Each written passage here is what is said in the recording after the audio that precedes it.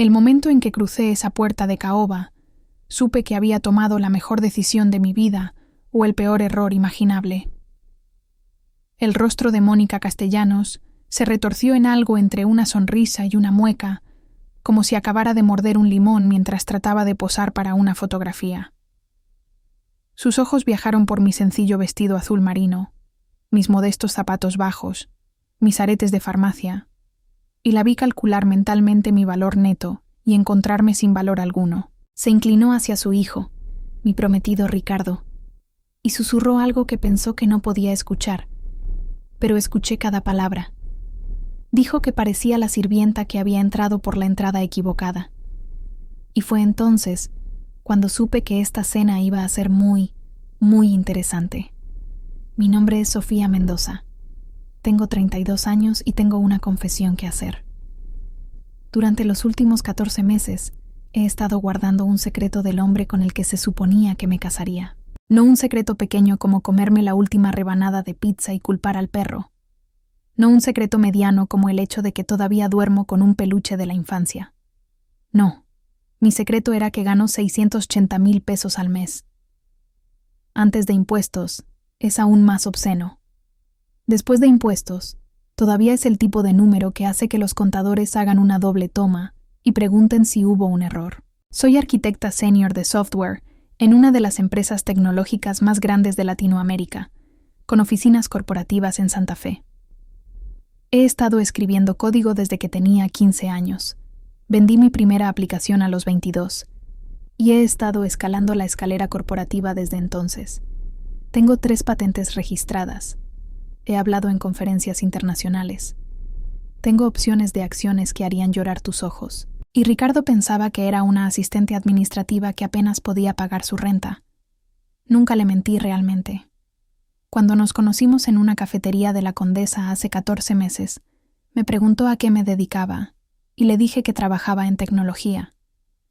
Asintió como si entendiera, luego preguntó si manejaba la agenda de los ejecutivos. Sonreí y dije algo vago sobre apoyar al equipo. Él llenó los espacios en blanco por sí mismo, y yo simplemente nunca lo corregí. ¿Por qué haría algo así? ¿Por qué dejaría que el hombre con el que estaba saliendo, el hombre del que me estaba enamorando, creyera que estaba luchando financieramente cuando podría haber comprado su coche 10 veces? Porque aprendí algo hace mucho tiempo de la persona más importante de mi vida. Mi abuela me crió después de que mis padres fallecieron cuando tenía 7 años. Vivía en una casa modesta en Coyoacán, manejaba un coche viejo, compraba en el mercado de Coyoacán y nunca usaba nada llamativo.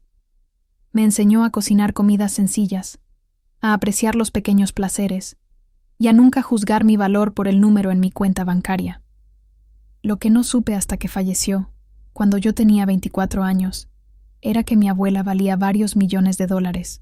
Había construido un pequeño imperio de negocios en su juventud, invertido sabiamente, y elegido vivir simplemente porque creía que el carácter era más importante que la apariencia. Me dejó todo, junto con una carta que todavía guardo en mi mesa de noche. En esa carta, escribió algo que nunca he olvidado. Dijo que el verdadero carácter de una persona solo se muestra cuando piensan que nadie importante está mirando, cuando creen que no tienes nada que ofrecerles, cuando piensan que estás por debajo de su nivel. Ahí es cuando ves quiénes realmente son. Así que cuando Ricardo me invitó a cenar a la residencia de sus padres en Bosques de las Lomas, cuando insinuó que esta podría ser la noche en que las cosas se pondrían serias, cuando mencionó que su madre era muy particular sobre las primeras impresiones, tomé una decisión. Le daría a la familia Castellanos la prueba que mi abuela me había enseñado. Aparecería como la mujer simple y humilde que esperaban. Usaría ropa modesta y manejaría mi viejo coche y hablaría humildemente sobre mis circunstancias. Y observaría cómo trataban a alguien que pensaban que no podía ayudarlos. Alguien que pensaban que estaba por debajo de ellos. Alguien que pensaban que no tenía nada que ofrecer.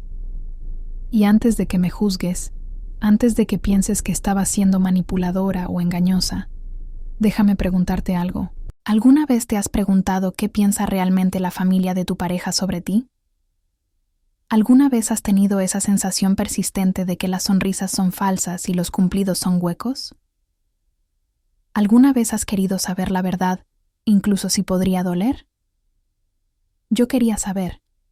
Necesitaba saber porque no solo estaba considerando casarme con Ricardo. Estaba considerando casarme con su familia.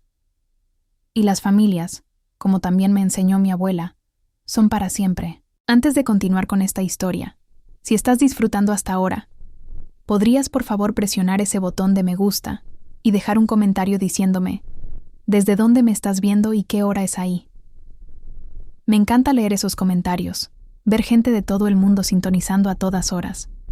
Significa más para mí de lo que sabes. Ahora, de vuelta a la historia. La residencia Castellanos era exactamente lo que esperaba, y de alguna manera todavía logró sorprenderme con su exceso. El camino de entrada solo era más largo que algunas calles en las que he vivido. Las rejas eran de hierro forjado con detalles en oro porque aparentemente el hierro regular no era lo suficientemente pretencioso. El césped estaba cuidado con el tipo de precisión que sugería que alguien medía cada brizna de hierba con una regla. Mientras conducía mi Nissan Tsuru de 12 años por ese camino impoluto, capté un vistazo de mí misma en el espejo retrovisor. Maquillaje simple, cabello recogido en una cola de caballo baja, los pequeños aretes de oro de mi abuela en mis orejas, la única joyería que usaba. Me veía exactamente como alguien que no pertenecía aquí. Perfecto. Ricardo me recibió en la puerta con un beso que se sintió ligeramente performativo, como si lo estuviera haciendo para una audiencia. Sus ojos se posaron en mi vestido, mis zapatos, mi falta de accesorios, y vi algo en su expresión que nunca había notado antes. Vergüenza. Estaba avergonzado de cómo me veía. Archivé esa observación para después. Adentro, la casa era un monumento al nuevo dinero tratando desesperadamente de verse como dinero viejo. Lámparas de cristal de Tain colgaban de cada techo. Pinturas al óleo en marcos dorados alineaban las paredes, aunque noté que eran reproducciones, no originales. Los muebles eran caros pero incómodos, elegidos por apariencia en lugar de función. Y ahí, parada en el vestíbulo como una reina inspeccionando su reino, estaba Mónica Castellanos. Tenía alrededor de 60 años, con el tipo de rostro que claramente había visto a varios cirujanos excelentes. Su cabello rubio estaba peinado en un casco perfecto, que probablemente requería laca industrial para mantener. Su vestido era de diseñador, sus joyas de tane eran reales, y su sonrisa era absolutamente completamente falsa. Extendió su mano hacia mí, como si estuviera otorgando una audiencia. La estreché y sentí la laxitud, el desprecio, la completa falta de calidez. Luego hizo ese comentario a Ricardo, el de que parecía la sirvienta, y sonreí y fingí que no había escuchado nada. La velada estaba a punto de volverse muy interesante. Si hubiera sabido en lo que me estaba metiendo esa noche, podría haber usado armadura en lugar de un vestido azul marino. Pero entonces otra vez, siempre he creído que la mejor armadura es la información. Y había hecho mi investigación. La familia Castellanos era dueña de una cadena de concesionarios de autos de lujo importados en 3 estados. No las marcas llamativas que ves en películas, sino vehículos europeos respetables que apelaban a la clase alta mexicana. El padre de Ricardo, Fernando, había heredado el negocio de su propio padre y había pasado los últimos 30 años expandiéndolo. Mónica se había casado con la familia a los 23 años y había comenzado inmediatamente a escalar la escalera social con la determinación de una mujer que sabía exactamente lo que quería. Tenían 2 hijos. Ricardo, mi prometido, tenía 34 años y trabajaba como gerente de marketing en una empresa que no tenía nada que ver con el negocio familiar. Esto era aparentemente un punto sensible con Fernando, quien había esperado que su hijo se hiciera cargo de los concesionarios. Y luego estaba Isabela, la hermana mayor, de 38 años, quien trataba la fortuna familiar como su alcancía personal. Había encontrado todo esto a través de registros públicos, redes sociales y algunas búsquedas bien ubicadas en Google. Había visto fotos de fiestas lujosas, eventos sociales y galas benéficas. Había leído artículos sobre la filantropía de Mónica, aunque una mirada más cercana revelaba que la mayoría de sus donaciones venían con beneficios fiscales significativos y oportunidades de publicidad. Nada de esto me había preparado para conocer a Isabela en persona. Llegó 20 minutos tarde. Lo que más tarde aprendería era su movimiento característico. Hacer una entrada era más importante que ser respetuosa del tiempo de otras personas. Entró al salón vistiendo un vestido que costaba más que la renta mensual de la mayoría de la gente, con diamantes goteando de sus orejas y cuello como si hubiera caído en una joyería y salido cubierta de mercancía. Su saludo hacia mí fue una sola palabra entregada con la calidez de un pescado congelado. Hola. No, hola. Qué gusto conocerte. No, hola. Ricardo nos ha contado tanto de ti. Solo, hola. Con un ligero rizo del labio que sugería que había olido algo desagradable. Sonreí y dije hola de vuelta. Se volvió hacia su madre y comenzó una conversación que me excluía deliberadamente, discutiendo algún evento benéfico y si el florista ya había sido despedido por el desastre del mes pasado. Me quedé ahí sosteniendo el vaso de agua que me habían ofrecido, sintiéndome tan bienvenida como una vegetariana en un asador. Ricardo rondaba cerca, luciendo incómodo, pero sin decir nada. Esa fue la segunda observación que archivé. Fernando Castellanos era una criatura totalmente diferente. Era un hombre grande, del tipo que probablemente había sido atlético en su juventud, pero que desde entonces se había rendido a las comodidades de la riqueza. Estrechó mi mano con un apretón que pretendía ser impresionante, pero solo se sintió cansado. Sus ojos eran astutos, sin embargo, y lo noté observándome con algo que podría haber sido curiosidad. Había otro invitado en esta cena, alguien que no esperaba, un caballero mayor llamado Roberto Durán, quien fue presentado como un viejo amigo de la familia y socio de negocios. Tenía alrededor de 60 años, con cabello plateado y ojos agudos que parecían no perderse nada. Cuando estrechó mi mano, su mirada se demoró en mi rostro con un destello de reconocimiento que me confundió. ¿Lo conocía? ¿Nos habíamos conocido antes en algún lugar? No podía ubicarlo, y él no dijo nada, pero durante toda la noche lo atrapé mirándome con esa misma expresión desconcertada. Mónica nos condujo al comedor, que estaba decorado como si alguien hubiera recibido un presupuesto ilimitado y cero gusto. La mesa era lo suficientemente larga para albergar un banquete real. Las sillas estaban tapizadas en lo que supuse era seda real, y los cubiertos incluían más tenedores de los que había visto fuera de un restaurante de alta cocina. Los conté. Había 6 tenedores en cada lugar. 6 para una sola comida. He visto cirugías realizadas con menos instrumentos. Mónica notó que miraba la platería y sonrió. Esa sonrisa congelada suya. Dijo que suponía que no estaba acostumbrada a la cena formal, su voz goteando falsa simpatía. Dije que mi abuela siempre me enseñó que no son los tenedores lo que importa, sino la compañía con la que compartes la comida. La sonrisa de Mónica se apretó casi imperceptiblemente. Isabela resopló en su copa de vino, y la cena comenzó. El primer plato era algún tipo de sopa que no pude identificar, pero que probablemente costaba más por tazón que mi presupuesto semanal de comestibles. Mónica usó este tiempo para comenzar lo que más tarde pensaría como el interrogatorio. Preguntó dónde había crecido. Dije un pueblo pequeño en Oaxaca, lo cual era cierto. Preguntó sobre mi familia. Dije que mi abuela me había criado, lo cual también era cierto. Preguntó qué hacían mis padres. Dije que habían fallecido cuando era joven. Mónica hizo un sonido que se suponía era comprensivo, pero salió sonando como un drenaje destapándose. Dijo qué difícil debió haber sido crecer sin la orientación adecuada. Dije que mi abuela proporcionó toda la orientación que necesité. Isabela se inclinó hacia adelante, sus diamantes captando la luz del candelabro sobre nosotros. Preguntó a qué se dedicaba mi abuela. Dije que había sido una mujer de negocios. Las cejas de Isabela se alzaron ligeramente. Preguntó qué tipo de negocio. Dije pequeñas empresas. Nada demasiado emocionante. La verdad, por supuesto, era que mi abuela había construido una empresa que eventualmente vendió por varios millones de dólares. Pero ese no era el tipo de verdad que serviría a mi propósito esta noche. Mónica pasó al siguiente tema. Preguntó sobre mi trabajo actual. Dije que trabajaba en tecnología. Preguntó si era secretaria. Dije que era más un rol de apoyo. Mónica asintió sabiamente, como si esto confirmara todo lo que ya había decidido sobre mí.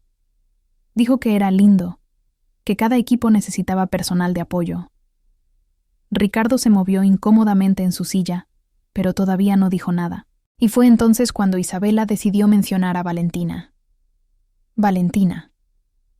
El nombre cayó en la conversación como una piedra en agua quieta, enviando ondas a través de la mesa.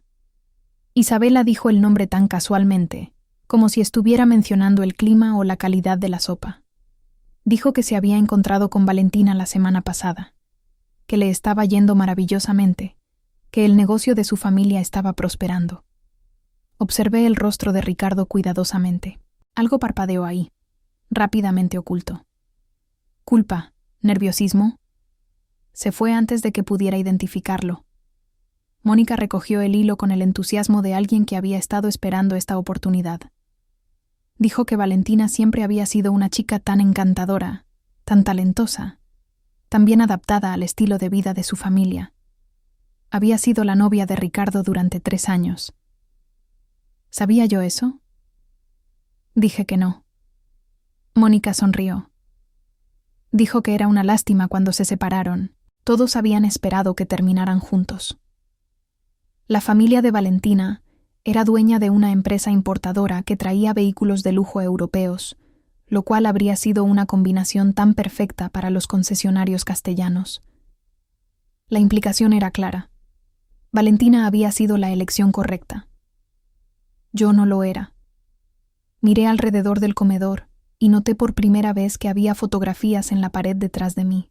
Me giré ligeramente en mi silla y vi una galería de momentos familiares, navidades, cumpleaños, graduaciones. Y en al menos 4 de esas fotografías, una hermosa mujer de cabello oscuro estaba junto a Ricardo, su brazo entrelazado con el de él, su sonrisa radiante. Valentina. Mónica siguió mi mirada y no dijo nada, pero su satisfacción era casi palpable. Isabela giró el cuchillo un poco más profundo. Dijo que Valentina todavía estaba soltera. De hecho, qué sorpresa que nadie la hubiera atrapado todavía, casi como si estuviera esperando algo o alguien. Me volví hacia la mesa y sonreí. Dije que sonaba como una mujer notable. Esta claramente no era la respuesta que Isabela había esperado. Parpadeó, momentáneamente desequilibrada. Mónica se recuperó primero. Dijo que sí, Valentina era notable. Y luego, con la sutileza de un martillo, agregó que esperaba que yo no me sintiera demasiado fuera de lugar en su mundo, dado mi origen más modesto. Pregunté qué quería decir con modesto. La sonrisa de Mónica creció dientes. Dijo que entendía que no todos nacían con ciertas ventajas, que algunas personas tenían que trabajar en empleos ordinarios y vivir vidas ordinarias, que no había vergüenza en ser común. Común. Me había llamado común. Sentí algo cambiar dentro de mí, pero mantuve mi expresión neutral. Había venido aquí para aprender la verdad sobre esta gente, y la verdad se estaba volviendo muy clara. Ricardo finalmente habló.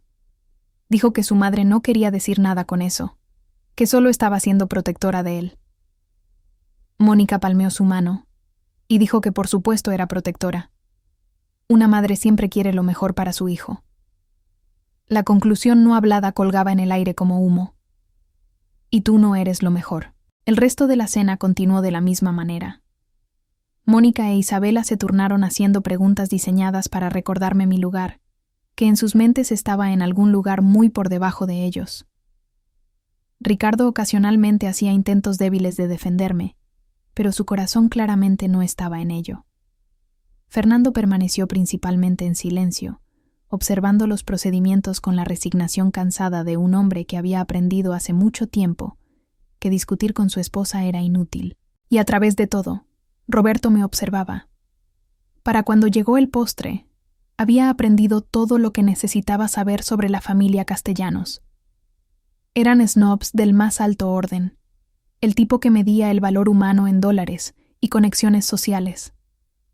Me veían como un obstáculo a ser removido, un problema a resolver, un error que Ricardo había cometido que necesitaba corrección. Pero también había aprendido algo más, algo que no esperaba. Ricardo no era el hombre que pensé que era. El Ricardo del que me había enamorado era amable y atento, y parecía genuinamente interesado en mí como persona. Pero este Ricardo, el que se sentaba en la mesa de su madre y la dejaba destrozarme sin una palabra de protesta real, era alguien diferente, alguien más débil, alguien que se preocupaba más por la aprobación de su familia que por defender a la mujer que decía amar. Me preguntaba cuál era el verdadero Ricardo. Estaba a punto de descubrirlo. Después del postre, Mónica anunció que tomaríamos café en la sala. Los hombres se dirigieron hacia las ventanas para discutir negocios, mientras Isabela se excusó para hacer una llamada telefónica. Mónica dijo que necesitaba hablar con el ama de llaves sobre algo, y se uniría a nosotros en un momento. Esto me dejó sola con mis pensamientos, y una oportunidad perfecta. Me excusé para encontrar el baño. Ricardo me indicó hacia la parte trasera de la casa, por un largo pasillo lleno de más arte pretencioso. Caminé lentamente, asimilando los detalles. La casa era impresionante desde un punto de vista puramente financiero, pero se sentía fría, vacía, como un museo en el que nadie vivía realmente. El baño era fácil de encontrar, pero no era realmente lo que estaba buscando. Lo que estaba buscando era información, comprensión, alguna pista que me ayudara a darle sentido a la velada. Encontré algo mucho mejor. Mientras pasaba por una puerta parcialmente abierta, escuché voces. La voz de Mónica y la de Isabela. Me detuve. Cada instinto me decía que siguiera caminando, que respetara su privacidad, que no escuchara a escondidas como un personaje de telenovela. Pero algo en el tono de Mónica me hizo pausar, algo agudo, urgente. Me acerqué a la puerta, quedándome en las sombras. Mónica estaba diciendo que necesitaban lidiar con esta situación rápidamente, que no se podía permitir que Ricardo cometiera este error. Isabela estuvo de acuerdo. Dijo que no podía creer que realmente la había traído aquí, que pensó que esto era solo una fase, como su período vegetariano en la universidad. Mónica dijo que esto era más serio que una dieta. Esta mujer podría arruinarlo todo. Sentí mi corazón latir más rápido. Estaban hablando de mí. Por supuesto, estaban hablando de mí. Pero lo que vino después fue lo que realmente hizo que mi sangre se congelara. Isabela dijo que el momento no podía ser peor.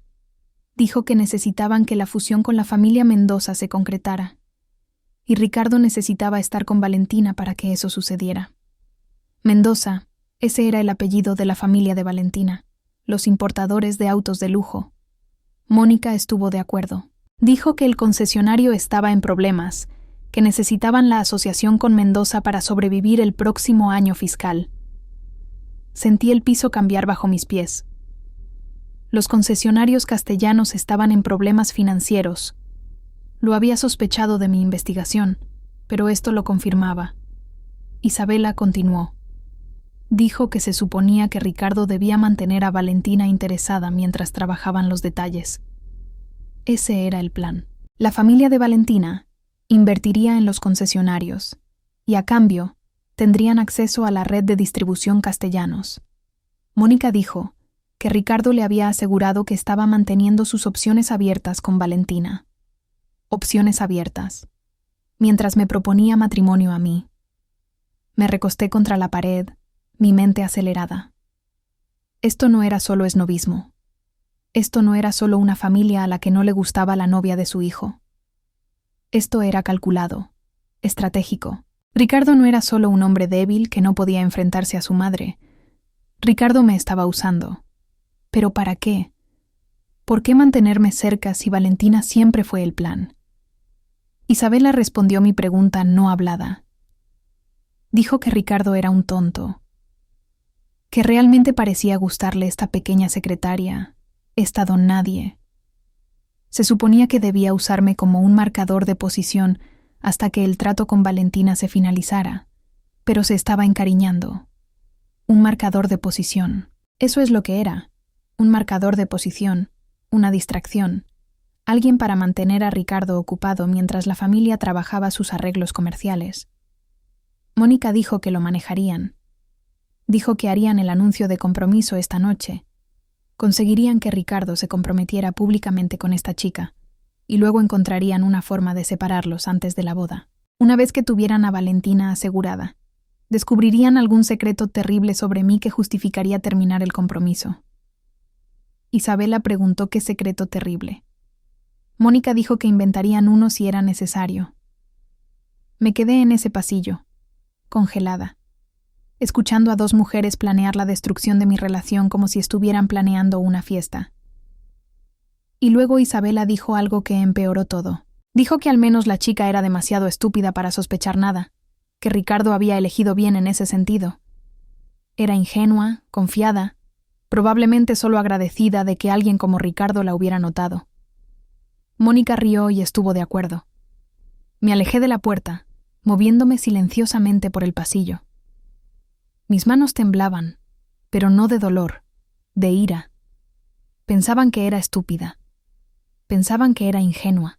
Pensaban que estaba tan desesperada por amor que aceptaría cualquier migaja que me lanzaran. No tenían idea de con quién estaban tratando. Encontré el baño, me eché agua fría en la cara y me miré en el espejo. La mujer que me miraba no estaba rota. No estaba devastada. Estaba pensando. Había venido aquí esta noche para probar a la familia de Ricardo, y habían fallado espectacularmente. Pero la prueba había revelado algo que no esperaba. Ricardo mismo era parte del problema. La pregunta ahora era, ¿qué hacer al respecto? Podría confrontarlo. Podría salir ahí mismo y decirles a todos exactamente lo que había escuchado. Podría crear una escena, exponer sus planes y dejar esta casa para siempre. Pero eso sería demasiado fácil, demasiado rápido. No. Si iba a responder a esta traición, lo haría a mi manera, en mis términos, con un plan que nunca verían venir. Mi abuela me había enseñado muchas cosas, pero una lección destacaba sobre todas las demás. Dijo que cuando alguien te subestima, te ha dado un regalo, el regalo de la sorpresa. Mónica e Isabela acababan de darme el mayor regalo de todos. No tenían idea de lo que era capaz. Arreglé mi maquillaje, alicé mi cabello y caminé de regreso a la sala con una sonrisa en mi cara. El juego apenas estaba comenzando. Cuando regresé a la sala, algo había cambiado. Los muebles se habían reorganizado ligeramente, la iluminación ajustada. Mónica estaba parada junto a la chimenea con una expresión de anticipación apenas contenida. Fernando se había posicionado cerca de la puerta, luciendo incómodo. Isabela estaba fingiendo examinar una pintura, pero la atrapé mirando a Ricardo con una sonrisa burlona, y Ricardo estaba parado en el centro de la sala, luciendo nervioso, demasiado nervioso. Se volvió cuando entré, y su rostro se rompió en lo que se suponía era una sonrisa amorosa. Caminó hacia mí, tomó mis manos en las suyas, y dijo que quería preguntarme algo. Sentí la trampa cerrándose a mi alrededor. Ricardo dijo que sabía que no habíamos estado juntos mucho tiempo, y que su familia podía ser un poco abrumadora al principio, pero dijo que sabía lo que quería. Dijo que me quería a mí, y luego se arrodilló. El anillo que produjo era grande y llamativo, exactamente el tipo de cosa que Mónica aprobaría. También era, noté inmediatamente, de calidad cuestionable.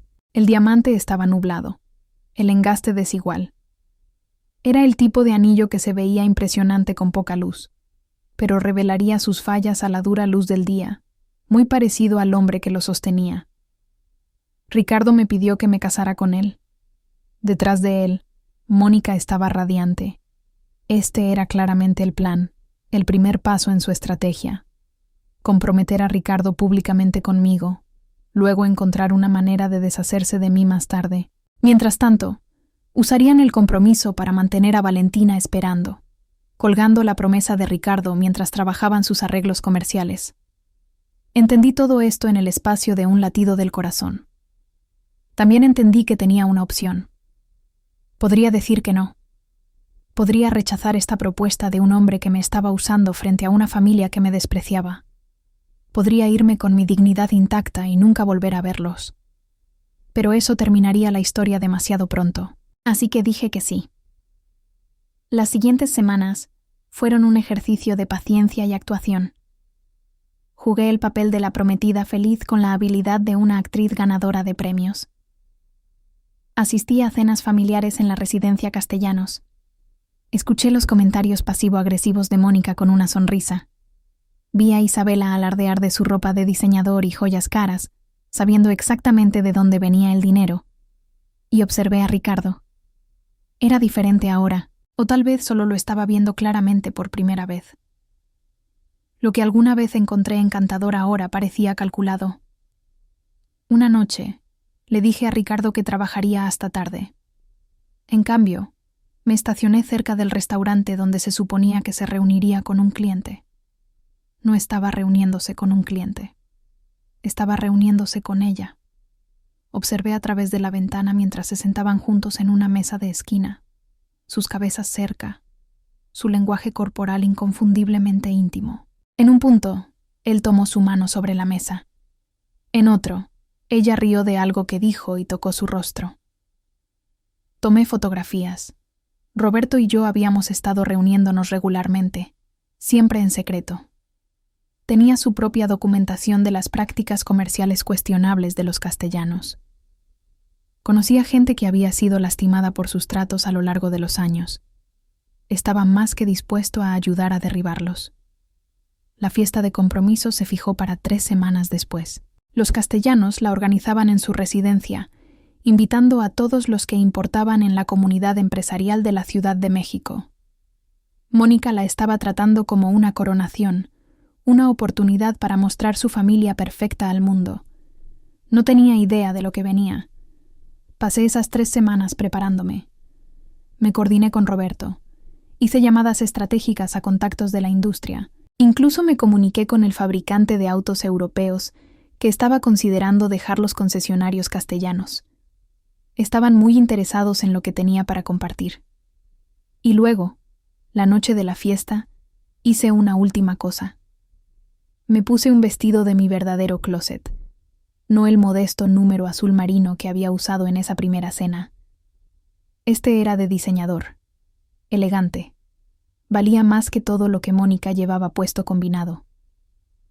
Me miré en el espejo y sonreí. Era hora de mostrarle a la familia Castellanos exactamente a quién habían subestimado. La residencia Castellanos se había transformado para la fiesta de compromiso. Carpas blancas salpicaban el césped cuidado. Candelabros de cristal colgaban de estructuras temporales, proyectando luz prismática sobre la multitud reunida. Un cuarteto de cuerdas tocaba música clásica cerca de la fuente. Meseros en uniformes impecables circulaban con champán y canapés que probablemente costaban más por bocado que el salario por hora de algunas personas. Llegué en mi tsuru usual, observando las expresiones de los valets, mientras trataban de reconciliar mi vehículo modesto con el desfile de Mercedes y BMWs que me habían precedido. Uno de ellos realmente preguntó si era del servicio de banquetes. Sonreí y le entregué mis llaves. La caminata desde el área de estacionamiento hasta la carpa principal se sintió como una pasarela. Con cada paso, me despojaba de la persona que había estado usando durante las últimas 3 semanas. La novia nerviosa, la prometida agradecida, la mujer simple que debería estar agradecida por la aceptación reticente de Mónica Castellanos. Esta noche, yo era Sofía Mendoza, la real. Mi vestido era verde esmeralda profundo, hecho a medida por un diseñador cuyo nombre se susurraba en círculos de moda con reverencia. Mi joyería era discreta, pero inconfundible para cualquiera que conociera calidad.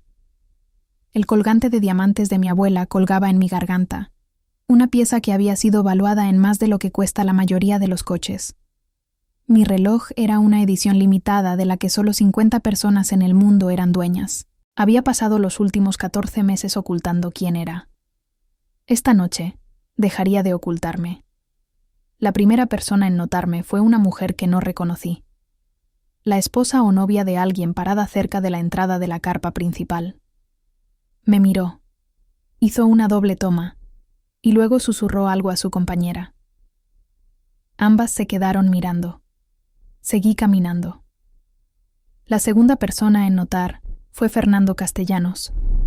Cuando me vio, su sonrisa de bienvenida se congeló en su lugar. Sus ojos viajaron de mi rostro a mi vestido a mis joyas, y de vuelta otra vez, y observé la confusión reemplazar su hospitalidad practicada. Mónica finalmente me vio. Sus ojos se movían rápidamente, tomando cada detalle de mi apariencia. El vestido que costaba más que su presupuesto doméstico mensual, el colgante que había aparecido en una revista de joyería, el reloj que probablemente nunca había visto fuera de un anuncio. Preguntó de dónde había sacado estas cosas, su voz cuidadosamente controlada, pero incapaz de ocultar el temblor debajo. Dije que eran solo algunas piezas que había estado guardando para una ocasión especial. Isabela apareció al lado de su madre. Preguntó si el vestido era rentado. Le dije el nombre del diseñador. Dije que era un amigo que lo había hecho específicamente para mí. El nombre del diseñador golpeó a Isabela como un golpe físico. Este era alguien que vestía a celebridades, que tenía una lista de espera de años, que no hacía vestidos para asistentes administrativas que apenas podían pagar su renta. La velada continuó, y con cada conversación, la verdad se extendió más. La gente estaba hablando, checando sus teléfonos, confirmando detalles. La narrativa estaba cambiando bajo los pies de los Castellanos, y no sabían cómo detenerla. Roberto llegó aproximadamente una hora después de empezada la fiesta. Dijo que el representante del fabricante estaba aquí. Dijo que el hombre había estado muy interesado en la documentación que Roberto había compartido con él a principios de semana. Cuando llegó el momento de los brindis oficiales, Fernando estaba en el escenario, dando la bienvenida a los invitados y hablando sobre familia, tradición y la importancia de asociaciones fuertes, tanto en negocios como en la vida. Mónica tomó el micrófono, hablando sobre el compromiso de su hijo, sobre planes emocionantes para el futuro. Luego comenzó a insinuar oportunidades de negocios, hablando sobre crecimiento y expansión, sobre nuevas asociaciones y alianzas estratégicas. Llamó a Ricardo al escenario. Me llamó a mí. Subí las escaleras. Cada ojo estaba sobre mí. Mónica me entregó el micrófono con una sonrisa que no llegó a sus ojos. Dijo que estaba segura de que yo quería decir algunas palabras. Miré el micrófono en mi mano. Miré a Ricardo. Miré a Mónica, que pensaba que tenía el control. Y luego comencé a hablar. Dije que cuando vine a esta casa por primera vez, tomé una decisión. Decidí dejar que los Castellanos vieran una versión simple de mí. Una mujer sin ropa cara o credenciales impresionantes. Una mujer que podrían considerar por debajo de su nivel. La multitud estaba completamente en silencio. Dije que quería ver cómo tratarían a alguien que pensaban que no podía ayudarlos. Alguien que pensaban que no tenía nada que ofrecer. Alguien que pensaban que era, en palabras de Mónica, común. El rostro de Mónica se puso blanco. Describí la cena donde fui comparada desfavorablemente con la exnovia de mi prometido.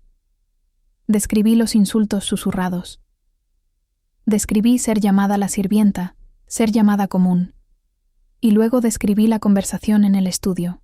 Describí a Isabela y Mónica discutiendo cómo removerme de la vida de Ricardo.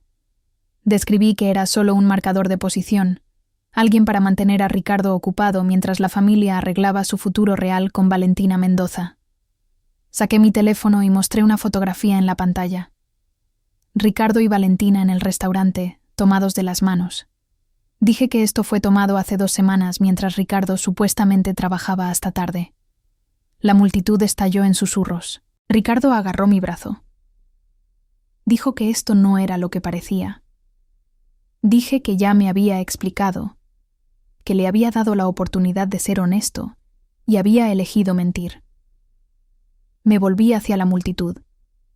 Dije que había pasado las últimas semanas investigando el negocio familiar Castellanos. Dije que había encontrado cosas interesantes.